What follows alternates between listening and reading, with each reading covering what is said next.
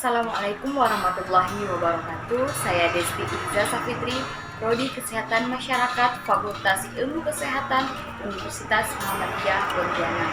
Yang saya hormati Ibu Eli Krisnawati, SKM MSc, selaku dosen pembimbing mata kuliah penulisan ilmiah. Di sini saya akan mempresentasikan hasil kerja saya, yaitu penulisan ilmiah saya yang berjudul Faktor Resiko Stunting pada Balita Usia 24 sampai 59 bulan di Wilayah Kerja Puskesmas Sukadana, Kabupaten Kayong Utara.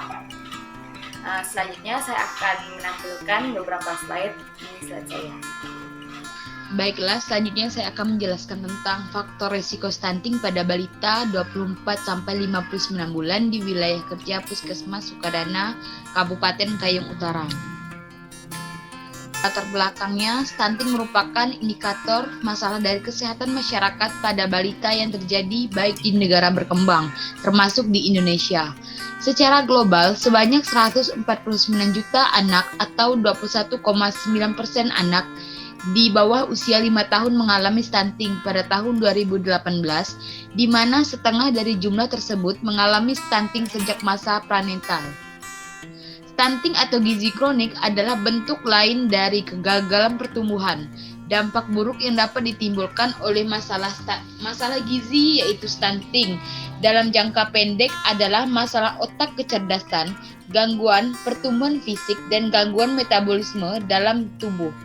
Sedangkan dalam jangka panjang, akibat buruk yang ditimbulkan adalah menurunnya kemampuan kognitif dan prestasi belajar, menurunnya kekebalan tubuh sehingga mudah sakit, serta kualitas kerja yang tidak kompetitif yang berakibat pada rendahnya produktivitas ekonomi.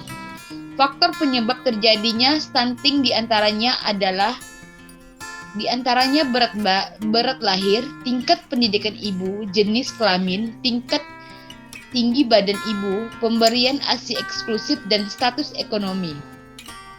Berdasarkan data WHO, prevalensi stunting secara global diperkirakan sekitar 171 juta sampai 314 juta yang terjadi pada anak usia 5 tahun, dan 90% diantaranya berada di negara-negara benua Afrika dan Asia. Frankes et al. 2013. Kemenkes 2018, data stunting di Kalimantan Barat sebesar 66,7%.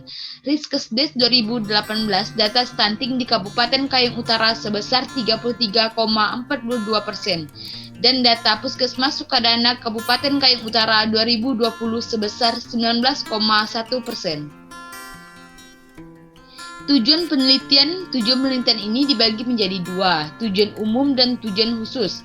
Tujuan umum untuk mengetahui faktor risiko kejadian stunting di wilayah kerja Puskesmas Sukadana Kabupaten Kayong Utara. Tujuan khususnya yang pertama, untuk memenuhi hubungan faktor maternal, yaitu tinggi dengan kejadian stunting. Yang kedua, untuk mengetahui hubungan faktor lingkungan rumah, yaitu pendidikan ibu dengan kejadian stunting. Yang ketiga, untuk mengetahui hubungan faktor ekonomi, yaitu status ekonomi keluarga dengan kejadian stunting. Yang keempat, untuk mengetahui menyusui, yaitu ASI eksklusif dan kejadian stunting. Dan yang kelima, untuk mengetahui faktor yang paling berpengaruh terhadap kejadian stunting. Tinjauan pustaka yang pertama, tujuan teori mencangkup pengertian stunting, prevalensi stunting, dampak stunting, dan faktor penyebab stunting. Yang kedua, tujuan umum tentang tingkat pendidikan ibu. Yang ketiga, tujuan umum tentang berat badan bayi lahir. Yang keempat, tinjauan umum tentang jenis kelamin. Yang kelima, tinjauan umum tentang tinggi berat badan ibu. Yang keenam, tinjauan umum tentang ASI eksklusif. Yang ketujuh, tinjauan umum tentang status ekonomi. Kerangka teori: tinggi badan ibu, berat lahir, jenis kelamin, tingkat pendidikan ibu, ASI eksklusif, dan kejadian stunting, status ekonomi. Kerangka konsep: variabel independen, tingkat badan, beresiko tidak beresiko, tinggi pendidikan ibu, tinggi rendah, pemberian ASI eksklusif, beresiko, tidak beresiko, berat lahir, beresiko, tidak beresiko, status ekonomi, tinggi dan rendah, jenis kelamin, beresiko dan tidak beresiko, variabel dependen yaitu stunting. Metodologi penelitian ini desainnya menggunakan case control, yang artinya subjek tidak hanya diobservasi pada satu saat, tapi diikuti dalam periode yang ditentukan. Populasi adalah wilayah generalisasi yang terdiri atas objek atau subjek yang mempunyai karakteristik tertentu yang ditetapkan oleh peneliti untuk dipelajari, kemudian ditarik kesimpulannya. Populasi target penelitian ini adalah balita usia 29-59 bulan di wilayah kerja Puskesmas Sukadana, Kabupaten Kayong Utara. Terima kasih.